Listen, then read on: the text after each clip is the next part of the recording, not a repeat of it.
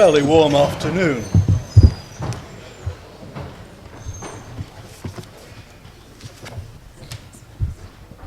It's a long time since I occupied this seat officially. I had almost forgotten. We need to do the election for this. Oh, sorry, I thought. Beg your pardon, I thought it all been done. Mr. Mayor, Chairman, could I ask Reverend Augustus to take prayers first, please? Then we'll do the appointment of chairman for the meeting. Reverend Augustus.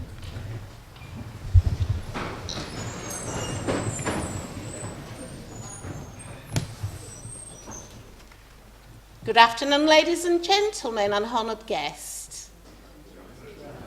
Thank you. Let us pray. Heavenly Father, we thank you for this glorious day which you have made. This is indeed the day that you have made, and we will rejoice in it. We thank you for your goodness and mercies to us and to all mankind. We pray, Heavenly Father, for this meeting to go successfully and for your blessings to be upon all those who are officiating it. Help us to be your people. Help us to love and respect one another. We ask this in the blessed name of our Lord and Savior, Christ Jesus, Yeshua Mashiach, who taught us when we prayed to say, Our Father, who art in heaven, hallowed be thy name. Thy kingdom come, thy will be done, on earth as it is in heaven. Give us this day our daily bread, and forgive us our trespasses, as we forgive those who trespass against us. And lead us not into temptation, but deliver us from evil.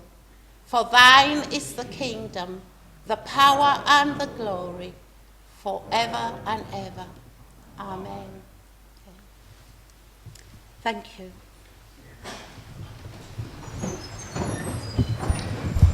Members, could I seek Council's agreement to confirm Councillor Owen as chairman for item 2, declarations of interest, and item 3, the election of mayor? Councillor Owen, would like to... Thank you very much. I might find my words, which are all set out in front of me, but if you don't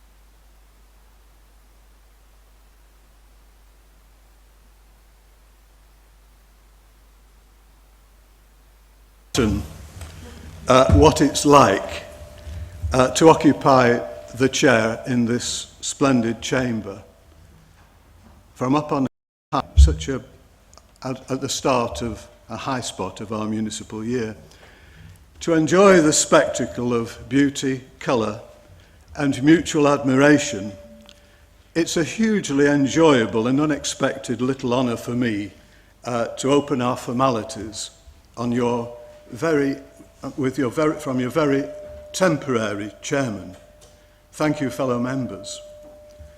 And it's a great pleasure to greet our guests, and particularly the Mayor-elect's family and friends.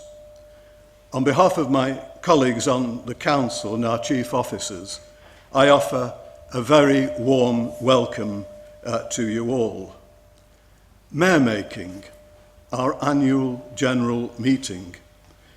Perhaps some of the glamour and magic has worn off the occasion over the years, but it remains an event we all look forward to, and it's a mark of the respect we feel for our new chief citizen. A great honour always for him and his family. But today's celebrations mark both the end of the Council's year and the start of another. It's a time for reflection on the disappointments and the successes of the last 12 months.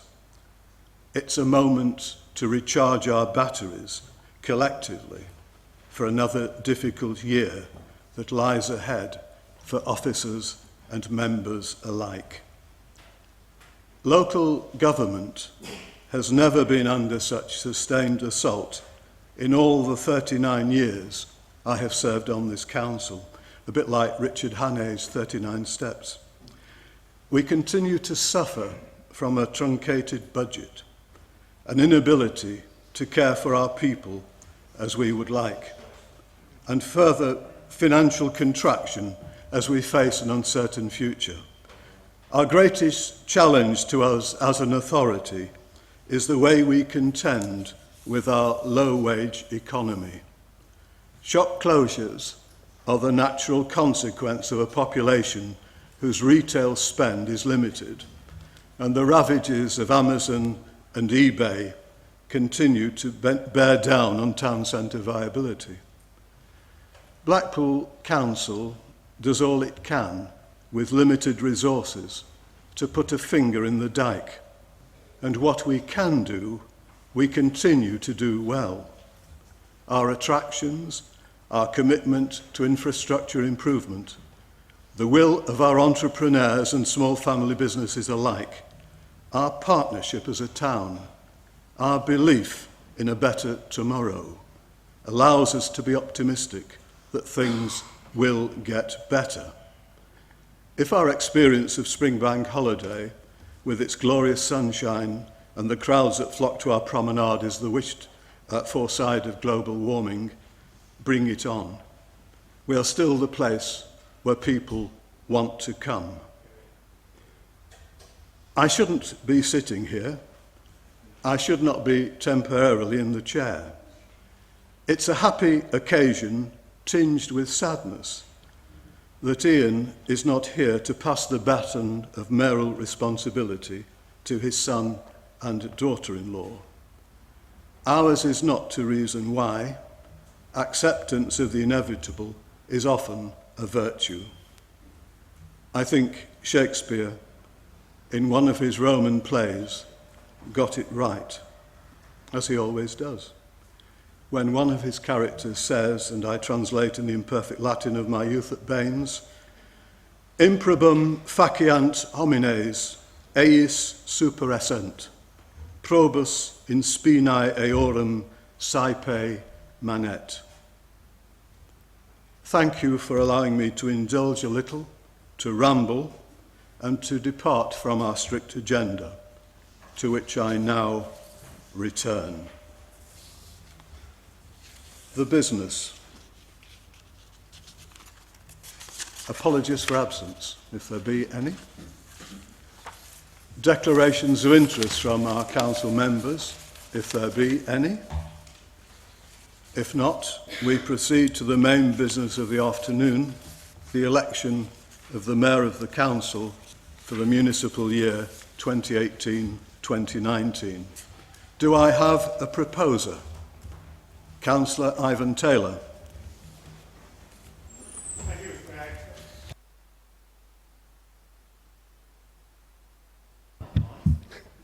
Greg. It's my great pleasure and privilege this afternoon to propose the election of Councillor Gary Coleman to be the Mayor of Blackpool for the forthcoming 12 months. I'm not famous for volunteering to do things, but in this instance, it's one job that gives me a great deal of satisfaction. It's not the first time that I've had the honour of proposing the Mayor. In fact, the first time was just 50 years ago today, when I had the privilege and honour of proposing that Alderman Jean Robinson should be the Mayor, the first woman to hold the office of Mayor on Blackpool Borough Council. I remember paying tribute to Jean because of the work that she'd done, particularly in her youth, for the social, economic and political emancipation of women. It was just 50 years since the suffrage was first introduced in 1918. And I make that tribute again today to all those who've supported that great cause right up to the present time and continuing. Gary. Gary was first elected onto the council in May 2007. I was going through one of my spells as leader of the Labour group at the time, and about 3 days later, after the election, I received a phone call from Gary, and he said, would it be okay if I became deputy mayor? Which was a rather astonishing question, really. But the reason for that is because he, although he'd only just been elected and hadn't in fact gone to a meeting, the reason for that, the reason he was checking it out was, of course, he'd been invited to be the deputy mayor by the mayor-elect who was from another party, a Liberal Democrat. In fact, where is he? Yeah, Robert Wynne. Lovely to see you again, Robert, and you, Gaynor. And I suppose, Gary, I don't think in the history of Blackpool there's any member got on the council and immediately become deputy mayor of the council. But since then, Gary's made a bit of a career of it. And in fact, he's done the job 3 times. A little bit about Gary. When his folks came to Blackpool, he went to Tilsley School. A lot of us remember with affection Tilsley. When he left, and a lot of people know this, he worked for a time for companies in photography. So if you need any advice about cameras and stuff, Gary's your man. It might be a bit rusty, his information, but that's what he did. But then he went to work for Blackpool Transport, where he worked for 18 years, starting off as a conductor on the trams and rising to a senior inspector. I think it was a devotion, if you like, that he did very much. He met Debbie, Councillor Debbie, I should say, at Bloomfield Road, at a match between Blackpool FC and Wigan. In fact, it was the Auto Windscreen Cup Northern Area quarter-final. Can't get much bigger than that. Now, I think probably he met her at half-time. I can't imagine that Gary would have wanted to miss any of the scintillating football that was going on there. Even more romantic was his engagement, because he proposed on the bridge of the Queen Mary, the original Queen Mary, in Long Beach, California. They got married at Greg's Parade Methodist Church in, I think, 1960, 2001. Yeah, showing my age again, I'm afraid. Yeah, absolutely. And of course, they have 2 beautiful girls, Bethany and Rebecca. Bethany's now 16, I believe, and Rebecca 14. Her dad tells me one of the things she likes to do is to take him on what he describes as long, long walks. He's always represented Brunswick Ward since he got onto the council, and always got the first place in the election. Always ahead of the second Labour candidate. Although I will say this for Simon, that he has been reducing the difference, and he was 6 at the last election. So he hasn't quite made it yet, but he's on his way. On the council, he did for a time serve in the executive for regeneration and development. In fact, all the Vickerstaff complex around there, it was very much something that he was very much involved in, and it was there at the cutting of the sod when that great enterprise was going on. I want to commend Gary to council today. I think he will make a great mayor. He's a very good communicator with quite a dry sense of humour, I think, which appeals to a lot of people. He will do a great job and he will enjoy doing a great job. It's always an honour for anyone to be mayor of this great town.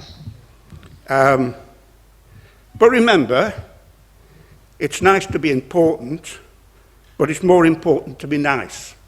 And that's what Gary is. In abundance, he is a very, very nice guy, as indeed his admirable father is a very nice guy too. So with that, Mr. Chairman, I'd like to propose that in accordance with and subject to provisions of the Local Government Act of 1972, Councillor Gary Coleman be appointed Mayor of the Borough of Blackpool for the municipal year 2018-2019. I move.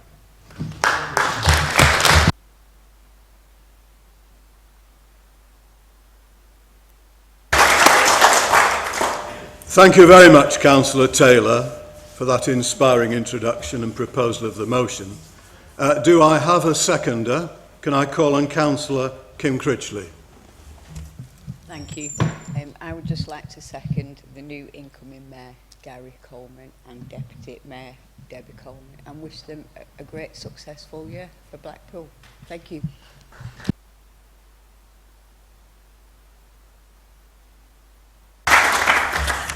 It simply remains for members of the council to support or reject that motion. Those in favour, please show.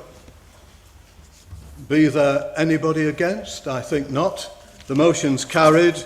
We now have a new mayor, and we'll adjourn to the parlour, and we'll bring him back duly decorated. Thank you so much.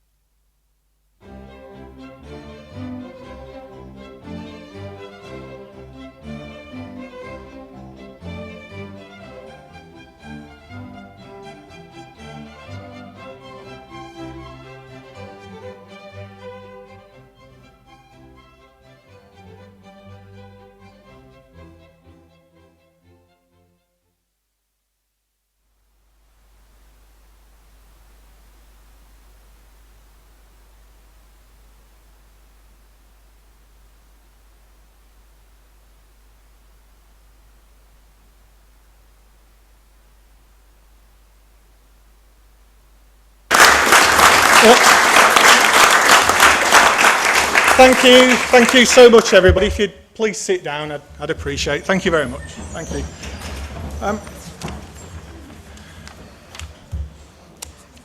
I believe I need to do the acceptance of office, Mark, is that correct?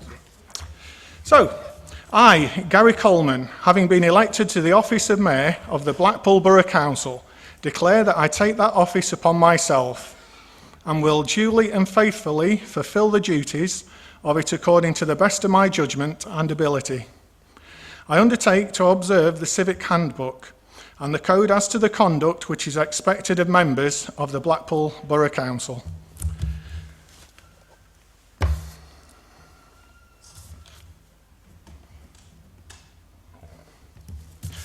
we go. Thank you. Thank you. My first duty is a very pleasant duty. I need to nominate a deputy mayor. Now, after great consideration, I came up with a lady by the name of Kath Rowson. Now, I need to say some nice things about her because I know she can hear us all in the back and she's listening.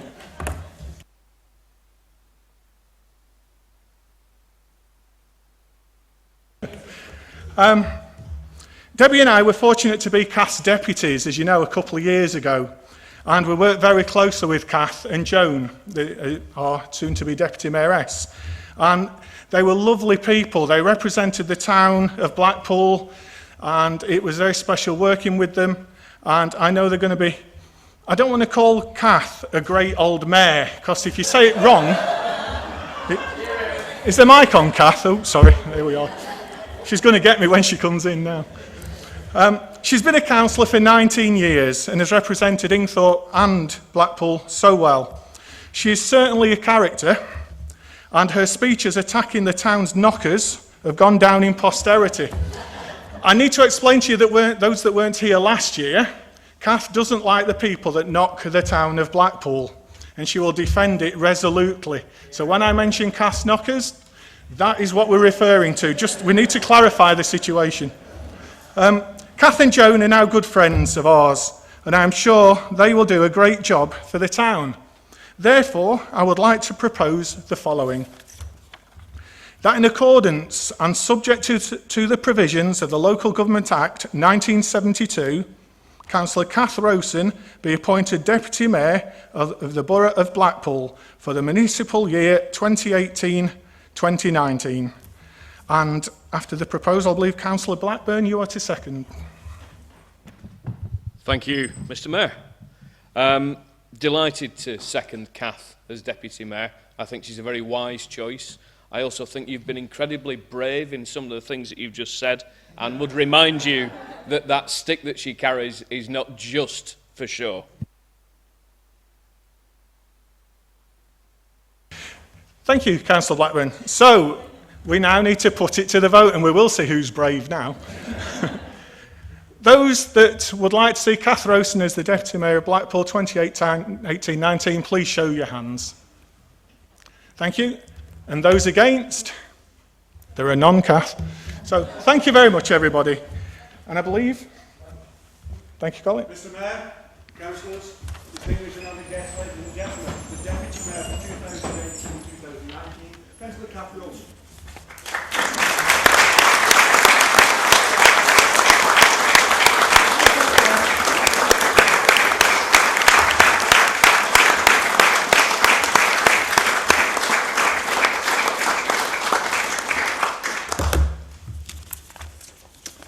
Thank you very much, everybody.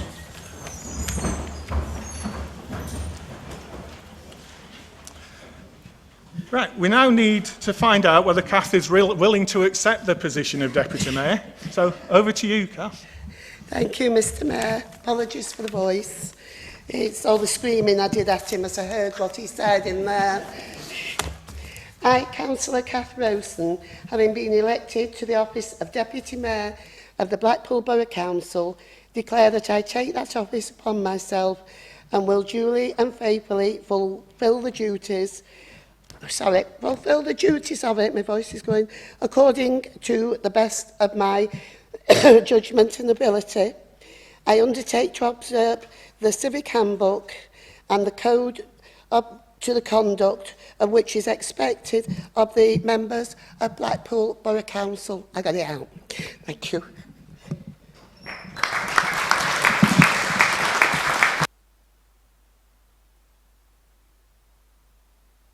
Thank you very much, Kath. I'm sure we're going to have a great time, a great year working with yourself and Joan. We look so much forward to it. Thank you both.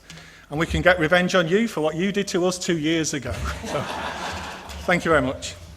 Ladies and gentlemen, it comes to my address. And I apologise today because I will probably be speaking more than is usually the case at these council meetings. And I know I don't have the most exciting voice in the world, so by the end of today I'll be checking who's still awake and who's still paying attention. So my address to you, ladies and gentlemen, friends, colleagues, thank you so much for being here today. May I personally welcome you all to our town hall, and in particular the wonderful council chamber for this special day in this town's year. In 142 years since William Henry Cocker was sworn in as Blackpool's first mayor, only 128 people have had the honour of being our town's first citizen. I'm so proud to be joining such an illustrious list of names, many of whom, of course, are in the council chamber today. Thank you, Kath. May I thank Councillor Taylor for nominating me, and Councillor Critchley for being gracious enough to second the nomination. When Ivan asked me a few weeks ago if he could propose my nomination, I said yes, because I thought with him being fairly new on the council, it would be good experience for him. I thought he did really well, and I think he has a great future ahead of him. You have. In all seriousness, though, next year, Ivan should become Blackpool's longest ever serving mayor. Councillor. He'd be mayor if he could, wouldn't you? The longest ever serving councillor. A record he will take from the great John Bickerstaff, who unfortunately passed away only a few months before he celebrated 50 years on the council. To think that I now hold the same office and sit in the same seat as Dr. Cocker and John Bickerstaff will take some getting used to. Those two gentlemen who did so much to make Blackpool Britain's greatest seaside resort were two of the mayors I most admired, present company accepted, of course. That is until this time last year, when my father sat here for one of the proudest moments in his life. Obviously, Dad is now my favourite mayor, and I apologise to Messrs Cocker, Bickerstaff, and all of you that have held the office accordingly. Like so many millions of people, I remember coming to Blackpool as a child.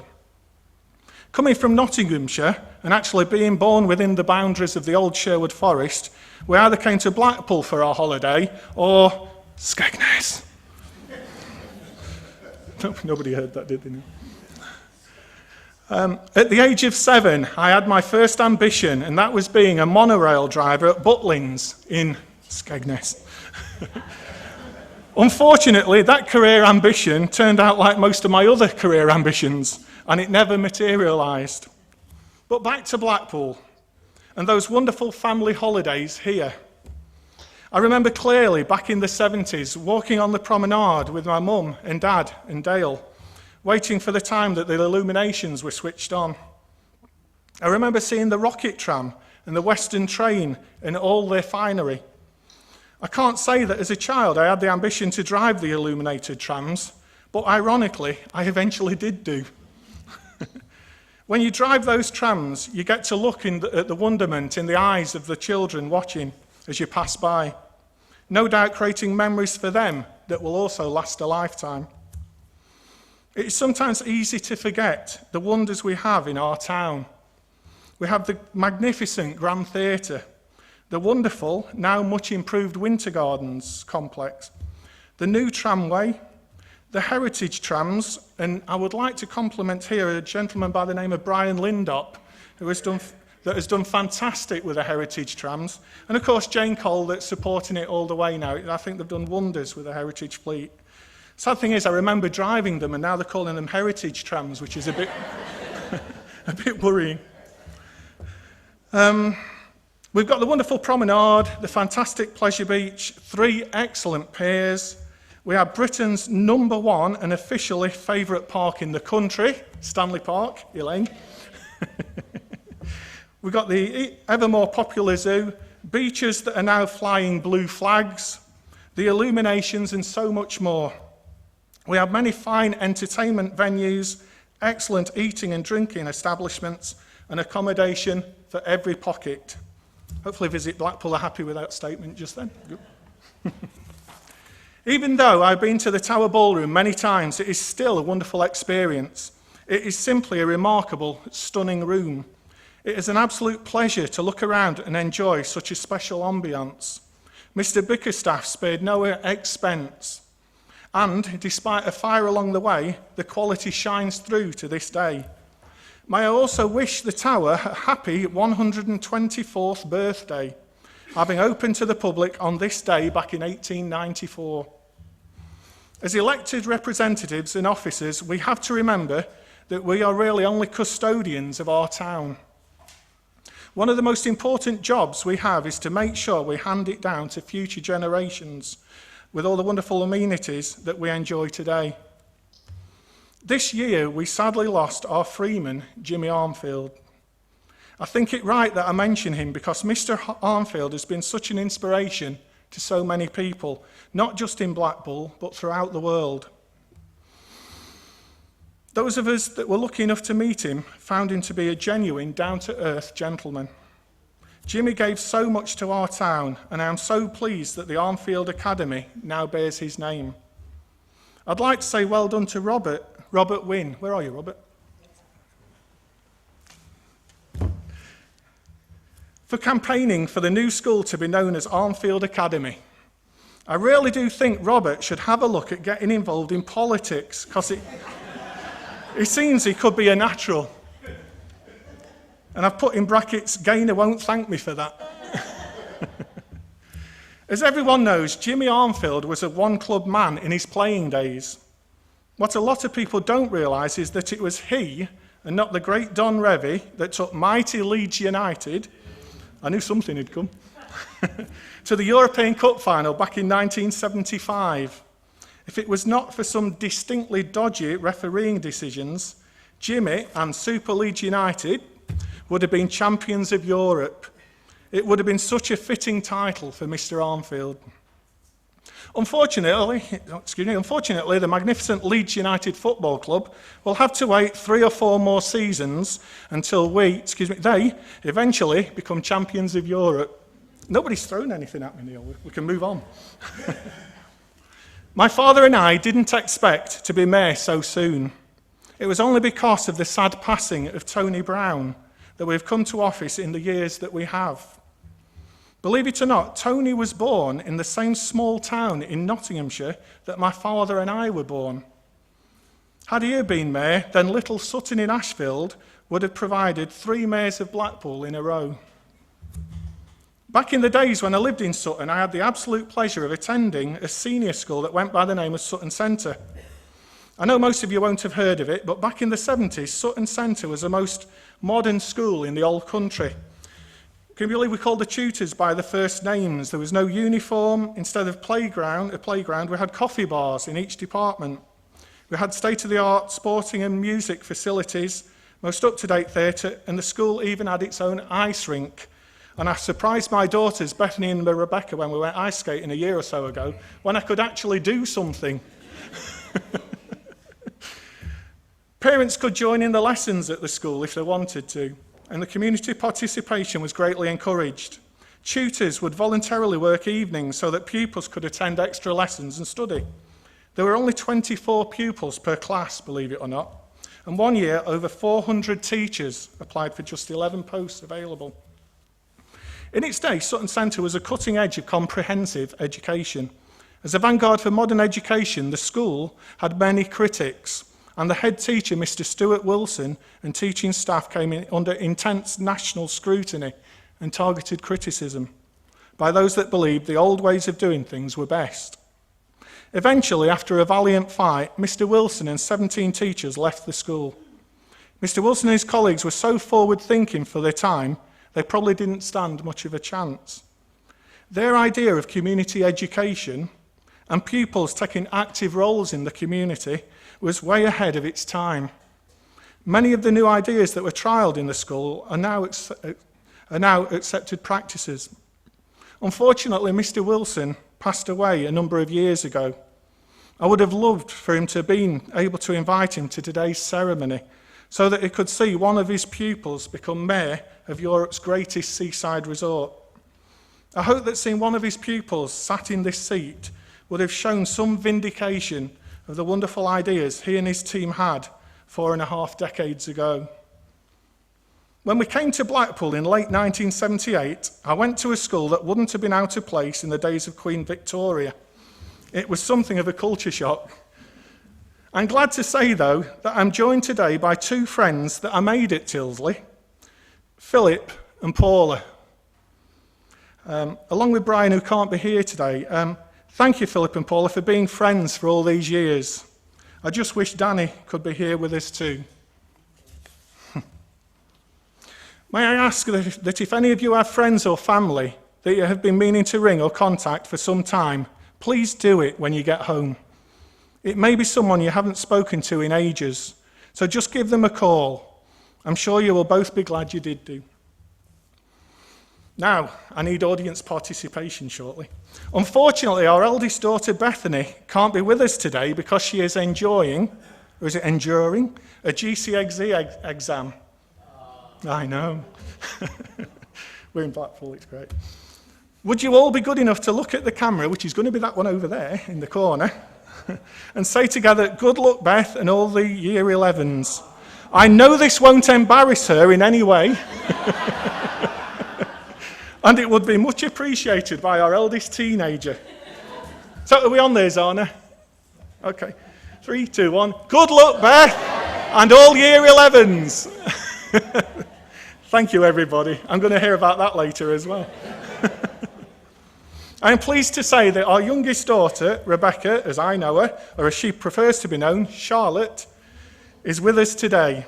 Again, I won't say anything to embarrass you, Becky, apart from saying that Debbie and I are blessed to have two wonderful daughters that our whole family is so proud of. Love you, sweetheart.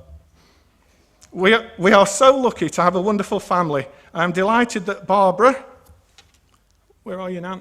Barbara, my favourite mother-in-law, Peter, Darren, Karen and Natasha are sharing today with us. Thank you. I also want to thank my favourite brother, Dale, for being here today. Please believe me when I say that this isn't an environment that Dale feels comfortable in. I assure you, Dale, you won't melt if you stay here too long. Obviously, I can't adequately put into words what my mum and dad mean to me, but they may just get a mention a little while later. I can't thank enough the friends and colleagues that have been there for Dad and our family during the last couple of months. In my dad's darkest days, you helped to give him back some faith in human nature. I can't put a price on what your support has meant to us. To everyone of you that have contacted Dad and have been there for him and my mum, we thank you from the bottom of the heart, from our hearts. Until the day I die, I will never forget those that were there for us. Likewise, I will never forget those who were not. I have the pleasure of being mayor as we head into an election year. I am sure that elected representatives will all remain respectful of each other. I am sure we are in for some interesting council meetings in the coming months, but we must realise that notwithstanding of the colour rosette we wear, we are all so similar. As councillors, we have put ourselves in the public realm. It is so easy for keyboard warriors to attack us for what we say or do or don't do. We should have respect for each other and every decent candidate that has ambition to stand for election. We are privileged to live in a country where our democracy means that we have freedoms and liberties that much of the world looks upon with envy. When I look at the opposition bench, I see Councillor Henderson, just with these glasses, who at the age of 91 is still involved in so many things and gets to as many meetings as she can. I see Councillor Peter Callow, who bought the tower, apparently. He hasn't yet, but he's not had a chance. I see Councillor Mrs. Callow, who used to give me so many looks of indignation when I had the audacity of questioning her when I was shadow cabinet member to her for a couple of years. But we're friends now, aren't we, Max? Yeah. Who else do I see? I see Councillor Galley, who deems a full council meeting to be part of his exercise regime. He gets up and sits down so many times during a meeting, he must have abs of steel.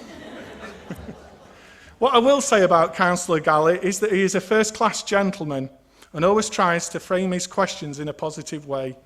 I see Councillors Mrs. Michelle and Danny Scott, who have shown so much support to the mayoralty over the last year. And I also see Councillor Williams, whose words of support for my father have been much appreciated. I'm sure some of you are thinking, why am I talking about the opposition in such a way? As the late Labour MP, Joe Cox, said, there is more that unites us than divides us. Irrespective of the party we are in, as councillors, we are all here for the betterment of Blackpool and our town's residents. We are all in for an interesting year. I am sure you will remain civilised and courteous and will continue to show due respect to each other. I am pleased to say that our chosen charity for the year is Brian House. The staff at Brian House do such tremendous work. We feel that with their help, we shall be able to raise some much needed funds for them to continue with the priceless work that they do. Before I finish my speech, I need to mention my wonderful wife, the Mayoress of Blackpool. Sounds good, doesn't it, Deb? Debbie. I didn't meet Debbie until I was nearly in my mid-30s. I suppose good things do sometimes come to those that wait. Debbie was worried that I might mention the fact that she got herself quite drunk on our very first date. But that secret is safe with me. I wouldn't mind, but our first date wasn't even in a pub, it was in a 10-pin bowling alley. Contrary to... Over the years, we've shared so much together. And as mentioned earlier, we have two beautiful teenage daughters. Honestly, the fact I have two teenage daughters is not the reason I have bags under my eyes and look tired all the time. I was happy that in the early days, Debbie was understanding when I went out to political meetings and events. I had no idea that she would eventually join me at the meetings and then join me in the council chamber as a councillor herself, and then, believe it or not, become senior to me. But such is life. It is quite ironic that people think the mayor must be such a senior and powerful person. With a wife and two daughters, I come ranked fourth in seniority in my own house. The dogs and rabbits are apparently challenging me for that position. Thank you, Debbie, for your support and for bearing with me. I know I'm not the most exciting or handsome guy in the world, but your love and support has been priceless. Debbie and I have been privileged to have been Blackpool deputies on 3 occasions.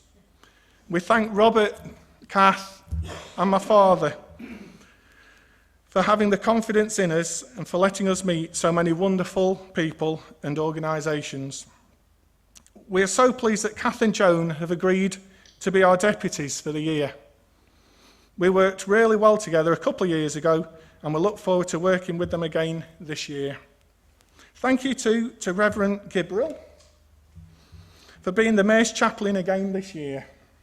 You did a great job for my father, and I'm sure that you will do an equally fine job for Debbie and myself.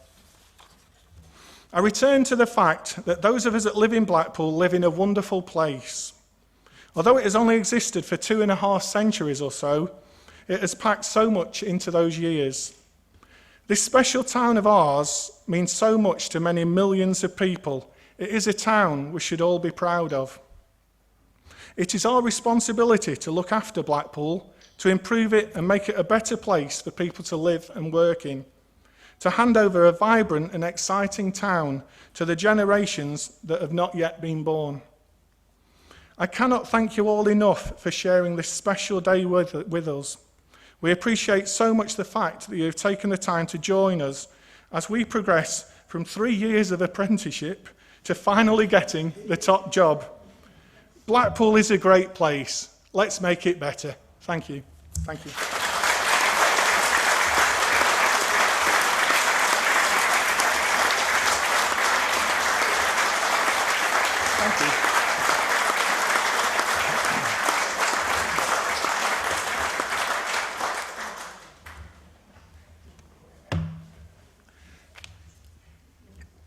We are now asked to place on record the appreciation for the ex-mayor, Councillor Ian Coleman.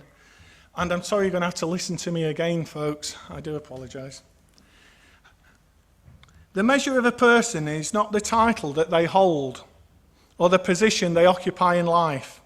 It is more how they treat others, what they do for others, and the positive impact they have on the world and the people around them.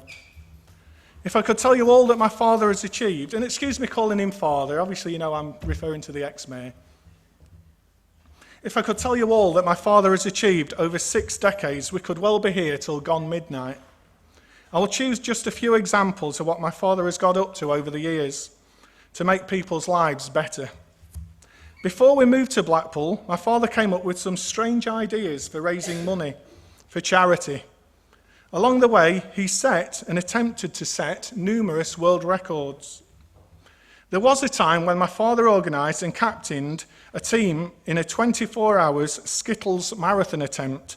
I need to clarify that we're talking sort of the bowling Skittles and not eating the coloured sweets for 24 hours, which didn't exist back in the 70s, I believe.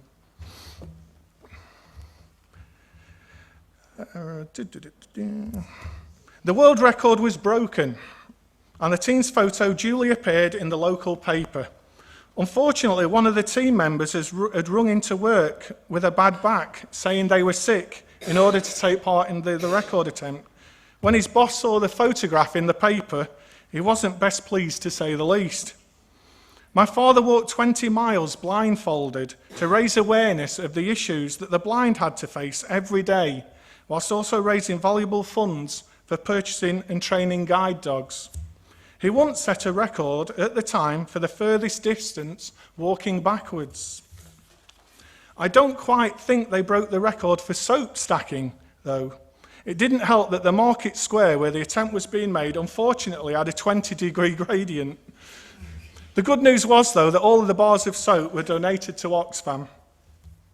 He once organised and played in a football match where money was raised by sponsorship of 1 penny a goal, but this was back in the 70s. It was a close game and a tight game that eventually ended with a score 12-12. Plenty of money was raised from that game. He put together and managed the first ever football team of 11 different nationalities, and from different countries too. Decades before the Premier League ever existed. In total, 33 different countries were represented in the game. It's a bit like a Chelsea-Arsenal match today. He would collect toys and take them into hospital at Christmas dressed as Santa.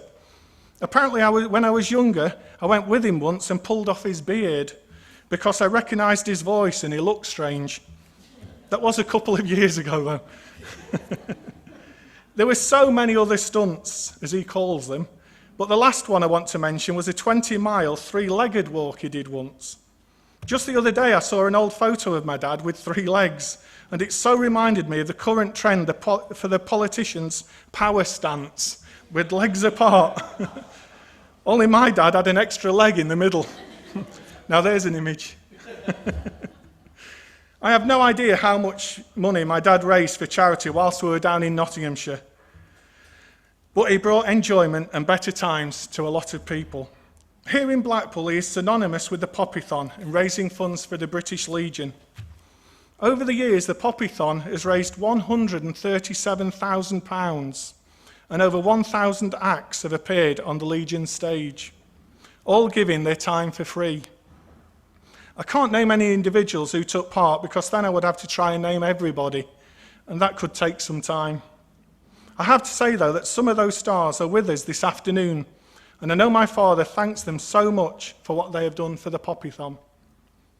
Over the years, my father has received letters from prime ministers and presidents when he has been fighting for causes or spreading the hand of friendship across the seas. I think the first one he received was from Harold Wilson, and the last one from Bill Clinton, so that gives you some idea of the time frame. Not a lot of people know that my dad has been given keys to 5 cities in the United States. He is even an honorary citizen, of the town of Tombstone in Arizona, famous for the gunfight at the OK Corral. I will resist the massive opportunity I now have to make any comment about my father being surrounded by cowboys. My father has won and lost elections over the years, but in 2014 he won a hard-fought by-election in Talbot Ward, returning to the council 19 years after he had left in 1995. We have a great photo of Debbie, Dad and myself taken on the roundabout just outside Stanley Park's main gate, immediately after the Friday morning count. Our 3 wards all came together at the centre of the roundabout, and the photo means a lot to us. And thank you, Mark, for taking it. A year later, Dad got elected by a massive majority in the local elections. His seniority meant that, all things being well, he would be able to fulfil one of his long-held ambitions of being Mayor of Blackpool before the elections of 2019. As I mentioned before, due to the sad passing of Tony Brown, Dad's mayoralty came a year earlier than expected. Unfortunately, the mayoress, who I shall now call Mam, from now on, hasn't had a great year health-wise. It's sad to say that she has had stays in hospital on 4 separate occasions during the mayoral year and has also spent 6 weeks in the ARC Centre. On most occasions, Dad would visit her twice a day, fitting in visits around the mayoral schedule. It was great to see Mum going out to engagements with my dad. Sadly, those engagements were all too few. Mum, you mean the world to us. You've seen the highs and lows that Dad has gone through over the past 12 months, and you have been so wonderful in such trying circumstances. I also think that having been married to my father for the past 55 years, that you deserve some kind of medal too. Ma'am, you have been a fantastic mayoress, and as the new mayor of Blackpool, I thank you so much for what you have done as First Lady of our town over the last year. And as your son, I thank you for being such a special, marvellous, incredible lady. Ladies and gentlemen, please, the former First Lady of Blackpool, Mavis Coleman.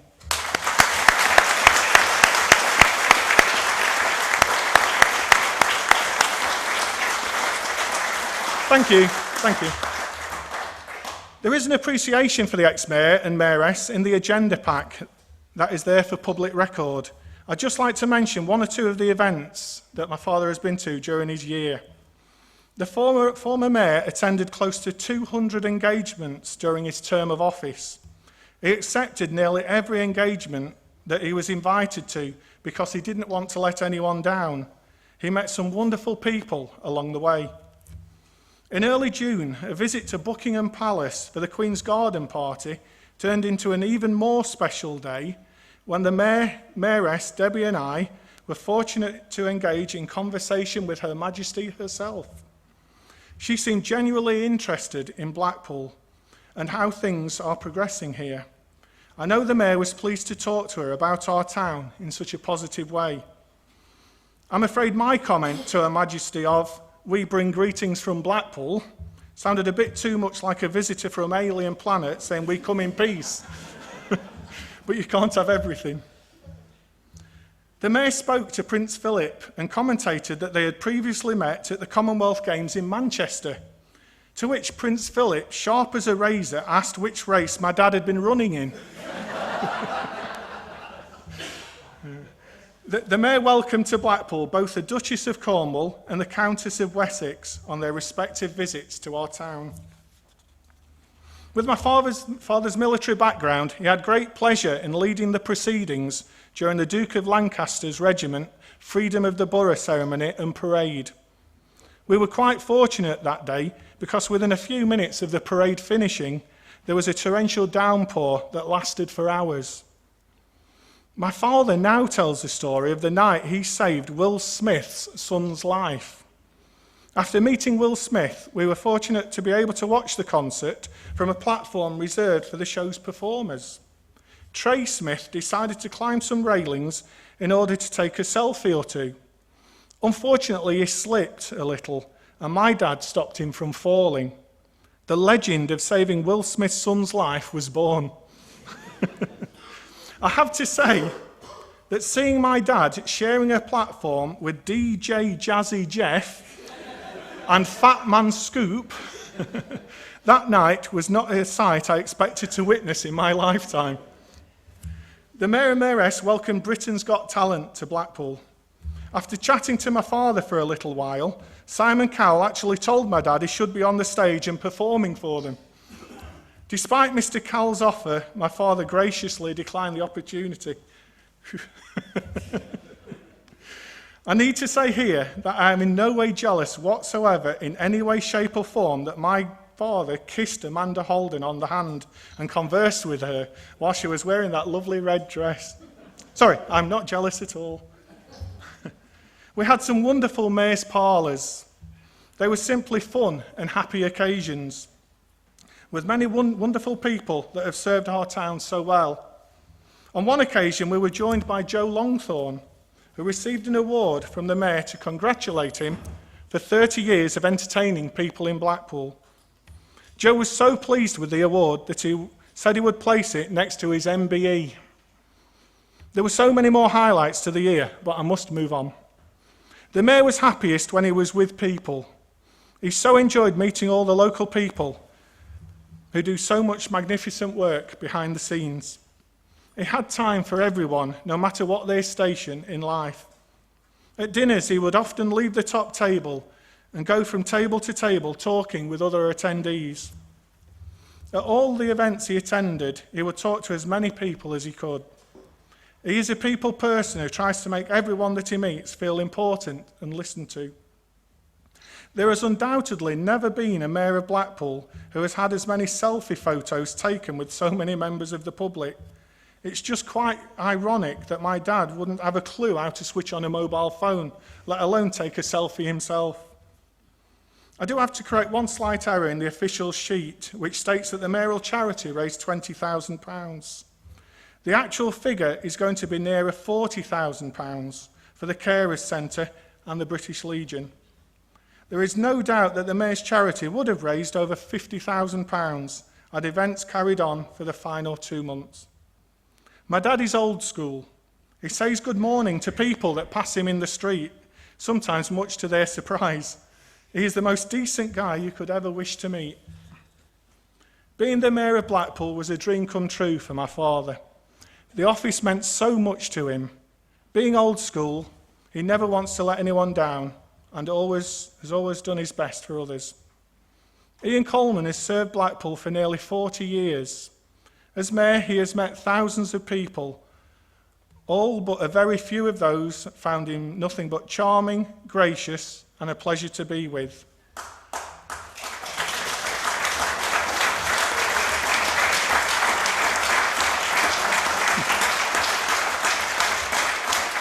Thank you. He is an honourable man who has done his best to improve the lives of so many people. I know my father isn't here today, but ladies and gentlemen, would you please show your appreciation for the Mayor of Blackpool 2017-18, Councillor Ian Coleman. Thank you.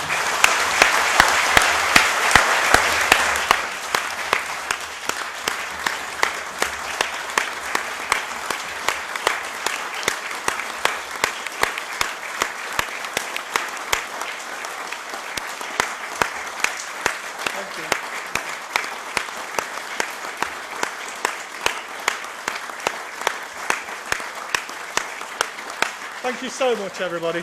Thank you.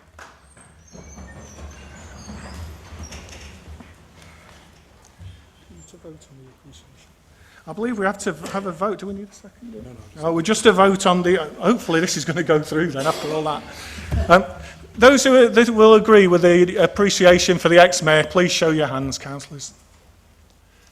Those against? Thank you. Thank you. So we're now at congratulations to the incoming mayor and words of appreciation. So is it over to you, Councillor Blackburn, please? Thank you. It is indeed, Mr. Mayor. I'm delighted, ladies and gentlemen, fellow councillors, that my ward colleague Gary is now the mayor. I first met Gary in 2001 during the Labour Party's general election campaign. And on polling day, I was immediately struck by his positivity, his enthusiasm, and his certainty that victory would be ours. I'm joking, of course, because in the run-up to an election, Gary's characteristics change entirely. And he is known, particularly on polling day, and especially by me, as Eeyore. Because he doesn't like to take anything for granted. And despite being selected, so Gary was first fought, as Ivan said earlier on, he fought the seat of Highfield in 2003, unsuccessfully. He then realised his mistake and decided to get on the same ballot paper as me in Brunswick, and we'll come back to what you said shortly. But a seat like Brunswick is, generally speaking, a Labour seat, and generally speaking, what they call a fairly safe Labour seat. But the only thing I could get out of him when I said, how do you think it's going, was, we'll see. And every time we've talked to him about, or tried to talk to him about becoming mayor this year, and we've said, are you excited you're going to be mayor this year?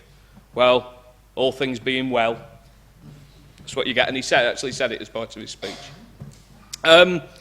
So he was selected to fight Brunswick in 2007, and on a night that was fairly bleak for the Labour Party, Gary's election was very much one of the highlights. And we both owe a great deal to our predecessors in Brunswick, Barry and Maureen Cresswell, who worked incredibly hard to show us the ropes and to get us elected. A few hours before the polls closed, Gary and I were out with lists of potential Labour voters knocking on doors to try and get them to come out and actually vote. But we were flagging because Barry Cresswell, the retiring councillor, had had us up since 5 o'clock in the morning, manning polling stations. So Barry is driving along the street, shouting house numbers out of the window and sending me and Gary scuttling across to the houses. Every time we got close enough to the car to be within reach of the car door, Barry would just set off again and start shouting numbers from the opposite end of the street. Now, Councillor Taylor, Mr. Mayor, has already rather unkindly commented upon the fact that in Brunswick, the two Labour councillors don't get exactly the same vote. And ladies and gentlemen, I have to be honest with you, this is not uncommon. There are some significant variances between candidates. As Councillor Williams and I, we both suffer the same fate, don't we? We both come second. But as Councillor Taylor also quite rightly, and presumably bearing in mind his future career, pointed out, I'm getting closer. The first time he beat me by 50 votes, the last time it was in the teens, and last time it was only 6. A somewhat astonished returning officer refused my request for a recount last time. But we'll get there. And whenever challenged about this, and this speaks to another one of Councillor Taylor's points about what a nice guy Gary is, whenever people are brave enough to raise with me the fact that he gets more votes than me, all they ever get is a growl of, well, yeah, he's nicer than me, isn't he? But there's been huge changes in Brunswick over the 11 years that we've both been there. But being able to rely on Gary as a ward colleague, to see the diligence with which he serves the people of Brunswick and the way in which we've worked together over the years, not least in terms of community facilities like St Thomas's Church and the Boys and Girls Club and others, has been hugely valuable and allows me to do a lot of what I do here. But it's not all been plain sailing, has it, Mr. Mayor? When the old high-rise flats were in situ, we used to take it in turns to run a surgery on a Tuesday evening. I'd do 1 week, Gary would do the next week. It was my turn. It was my week, first week of the month. I get there, it's pouring with rain and it's blowing a gale.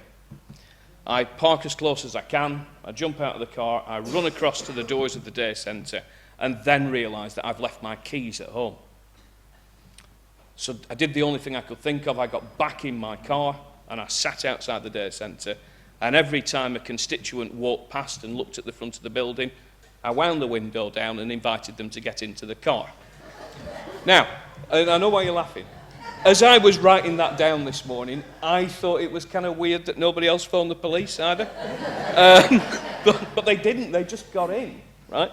Maybe they thought I had something more exciting than advice to dispense. I'm not sure. But I've been there for a full half an hour when all I see is Gary coming hurtling down the road, running through the wind and the rain. So I signalled to him, and he comes and sticks his head through the passenger window. And I said, "What are you doing?" He said, "It's my week, it's my surgery, I'd forgotten all about it." And I said, "No, it's not, it's my week." "Well, why are you sitting out here in the car?" I said, "God, I've left my keys at home." And of course, what we'd failed to realise was we were having this conversation across a lady of a certain age who was sat in the passenger seat of my car. She'd come for some advice about noisy neighbours. And as we're having this exchange, she just looks at us, shakes her head and says, "Bloody hell, we're in safe hands with you two, aren't we?" Again, as Ivan alluded to before, Gary served in both the shadow cabinet and the cabinet. He was in the cabinet for 2 years, following our electoral success in 2011. But then came to me to ask to be taken out of the cabinet and excuse that very onerous duty on the basis that he wanted to spend more time with his daughters. And that, in my experience here, which now spans 15 years, is a unique event. Politicians tend to be very focused on the job that they're in and the job that they want next. Gary realised that he had an opportunity to spend time with his daughters whilst they were growing up, and he took it. He's also served diligently as chair and vice chair of the Appeals Committee since then, and remains to this day treasurer of Talbot and Brunswick Branch Labour Party, which he accepted reluctantly and on a temporary basis only in February 2006. As has also already been referred to, one of the problems, and I do feel for Councillor Williams here, one of the problems of speaking at the end of the meeting is so much of what you were going to say has already been pinched by all the other people that have spoken. But it is true to say that he and former councillor, now Alderman Val Haynes, are involved in a bit of a power struggle for the contest to see who can be deputy mayor most times. I understand that they're tied at the moment. Gary has hopefully has the advantage of still being on the council, so he may be able to trump her. But like Val herself did, we're now going to be able to see what Gary makes of the big job itself.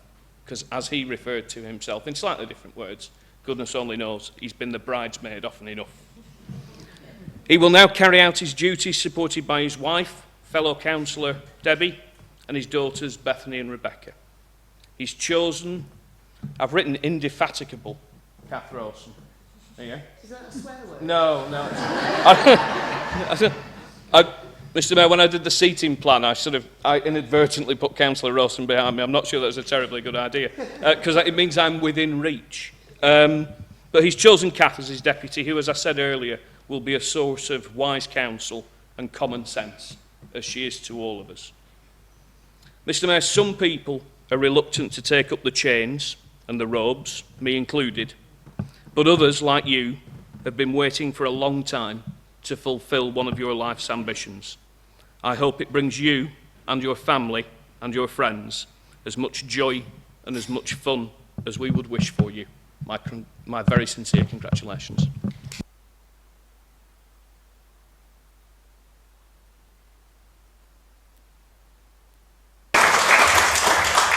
Thank you, Councillor Blackburn. Councillor Tony Williams, sir. Thank you. Thank you, Mr. Mayor. I wrote down everything I wanted to say, but obviously I probably won't say it all, but I concur with my colleague across there. Of all the things that you want to say, somebody says them before. What I do want to say, Mr. Mayor, Councillor Coleman, or if I can on this just one occasion, Gary, is that over the many years I've known you, I don't think I've met anyone who meets the description of the quiet man better than yourself. I was surprised today because today is a day of celebration, it's a day of happiness, and there are some reflections. But I was disappointed that the chairman today decided to make it a time for a party political broadcast. Politics don't count today, Mr. Mayor. Friendship and unity does. Can I just say, beneath that calm and quiet exterior, I know there's a dedicated family man who, when called upon, is not afraid to speak his mind. or stand the ground for those he serves. We have worked together many times on various committees. We've never disagreed on what we thought were the right decisions. Politics never even raised its head, just common sense. When it was announced last year you would be mayor in 2008, I said at the time that I thought we needed someone with more experience. But of course, I was only joking. You've had 3 shots of being the best man, but today you become the groom, and once more Debbie and your wife becomes yet again your bride, as you both deservedly become mayor and mayoress of the first citizens of Blackpool. Gary, I know you as a man of principled fairness and impartiality, as you have shown on the many occasions when you've occupied the mayor's chair in your role as deputy. You've also shown that you carry no malice and that you are a person who would never intentionally cause upset to another person. It must run in the family. On behalf of all the Conservatives members of Blackpool Council, may we wish you both a wonderful mayoral year, and the memories will stay with you forever. Thank you. Thank you. Thank you, Sarah.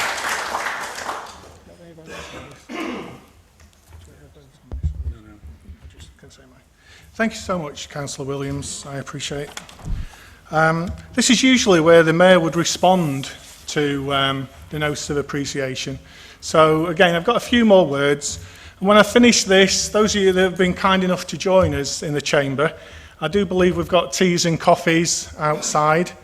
We may even have biscuits as well. No expense spared. And again, like I say, thank you for being here. But I've just a few words to say before we go. Some thank yous as well.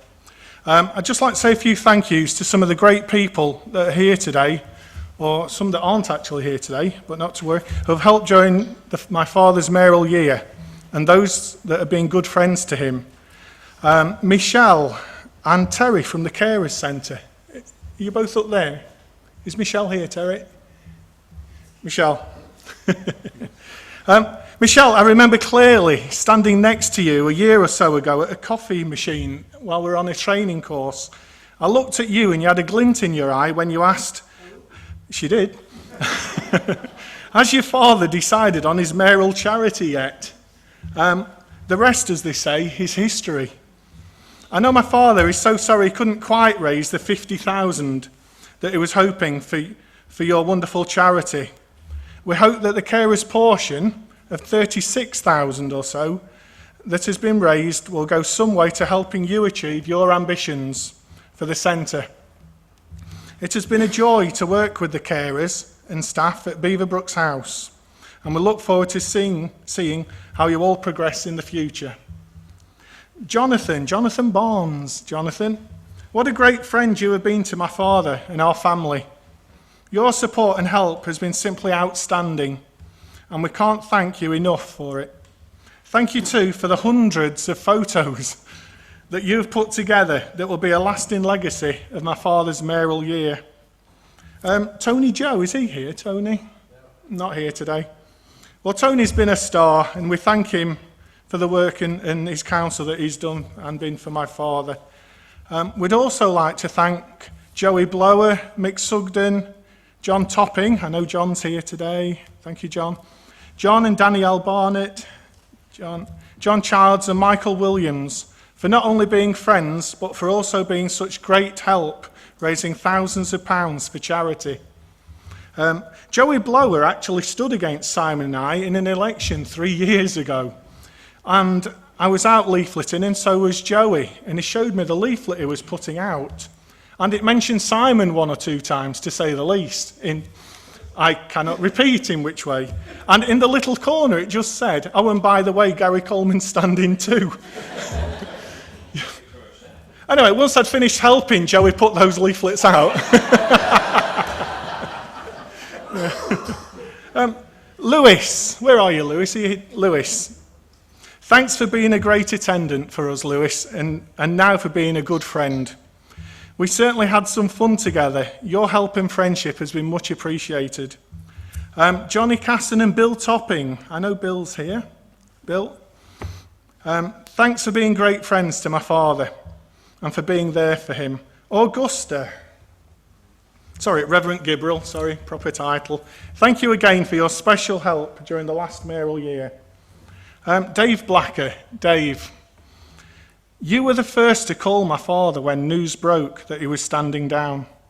My father has had well over 100 calls now and well wishes over the last couple of months, and for that we're truly grateful. But Dave, you were the first. You have no idea how much those words of friendship and support meant to us all. For that I will be eternally grateful. Thank you, David.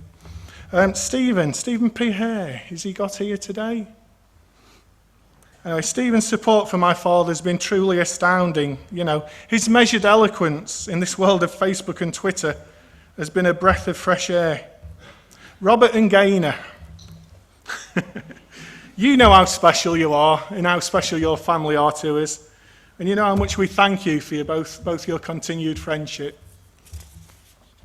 I thank each and every one of you that have had my father's interest at heart. Those that have been there for him have restored his faith in human nature, and I can't thank you enough for that. My dad has decided not to be here today, and I know that decision has been difficult for him. He made me promise that I would not do anything to jeopardise taking over the mayoralty. As a result, I've been severely limited in what I've been able to say in public during the last couple of months. But I do make one request. My father enters his 80th year next week. For all his life, he has given so much to the community. He's attended nearly 200 engagements without complaint. During the investigation of the complaint against him, he was signed off sick with stress and exhaustion. There was obviously no safeguarding issues. When he had to decide whether to stand down or challenge the decision, he was still signed off sick. He was told that any further investigations could take numerous weeks until the decision would be made, which would have made him miss the end of his mayoralty anyway. My father was virtually destroyed by the investigation and all that it entailed. His health was a serious concern to us. We feared that carrying on with the investigation could have had serious detrimental effect on Father's health. I'm pleased to say that my dad's health is now a little better than it was 2 months ago. Therefore, I ask, if I may, the leader and Mr. Towers to request the Standards Committee to convene in order to hear the evidence and the mitigating factors involved in the case. In light of my father's lifetime of doing his best for other people, I hope that our request is granted. Ladies and gentlemen, the last person to wear this chain was my father, and I am so proud to follow in his footsteps. And if you're watching, Father, I love you so much. Thank you all so much for being with us today. I cannot thank you enough for joining us on this special day, and I wish you all the very best for the future. Thank you, everybody. Thank you so much.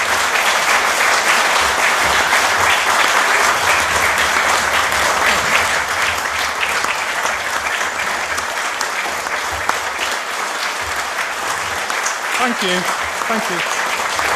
Thank you. Please. Thank you so much, everybody. You don't know what that is worth, and I'm sure it's not just for me. It's for my father as well, and for the family, and we much appreciate it. Now, believe it or not, we have some more of the council meeting to go, which is far less exciting than the speeches you've just heard, believe it or not. So those of you that wish, if you fancy a cup of coffee and a brew, please do so. We'll all be out to join you very shortly. Hopefully very shortly, as far as I'm aware. Thank you, everybody. Thank you.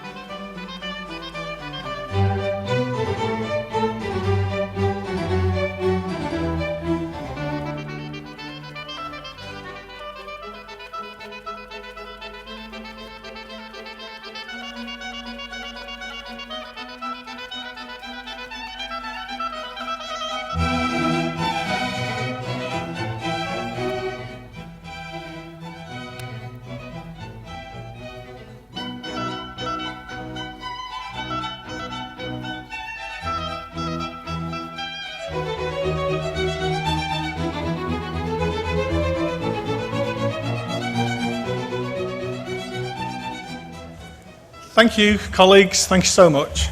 So we move on with the agenda. Minutes of the last meeting held on the 21st of March 2018.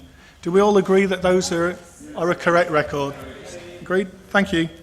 I have no announcements. You'll be glad to hear. I think you've heard enough from me for one day. Appointment of committees to nominate, please. Councillor Blackburn. It is, Mr Mayor. Before I deal with that, perhaps I should deal with your request of a few moments ago. As I have explained in the past,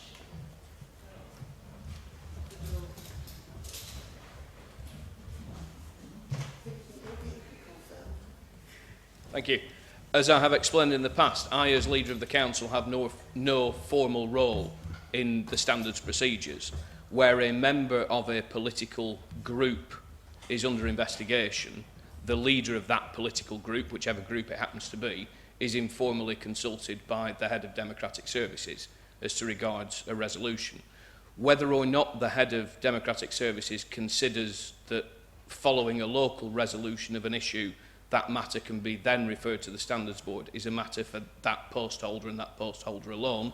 However, I and everybody else in the chamber have heard what you've said, and I would expect the head of Democratic Services to take that into account in their decision making. But I reiterate once again that I have no formal role in that process. Thank you, Councillor Blackburn. Moving on to the business, however, I'm happy to move the committees as listed. Thank you. Thank you. Do we have a seconder, please? I'm happy to second that. Thank you, Councillor Williams. Those in favour? Those against? Thank you. Move on to scheme of delegation, changes to the Constitution. Is it yourself again, Councillor Blackburn? It is, Mr Mayor. This is a best practice change around declarations of interest. It clarifies for members what they do and don't need to declare and when they do and don't need to leave the room. It's a very common sense piece of housekeeping. Thank you. Do we have a seconder, please? Councillor Williams. Term again, Mr Mayor, I'll second that. Thank you. Those in favour? Those against? That's carried. Thank you. Programme of council and committee meetings. Is it your good self again, Councillor Blackburn? It is, Mr Mayor. The only change, we've taken on board some of the feedback that we had from Councillor Mrs Callow when she asked a question about this earlier on in the year, around not making too many far-reaching changes for the rest of this year. And also we've taken the decision to avoid all of the main political party conferences as well, because we have in recent years occasionally had a scrutiny meeting during either the Conservative or Labour Party conference. In the event that we ever have any more Liberal Democrats to worry about, I'm sure we can change it again, Mr Mayor. Thank you, Councillor Blackburn. Councillor Williams. Happy to second, Mr Mayor. Thank you for seconding. Those in favour? Those against? That's carried. And that brings us to the conclusion of the meeting. Thank you so much, everybody.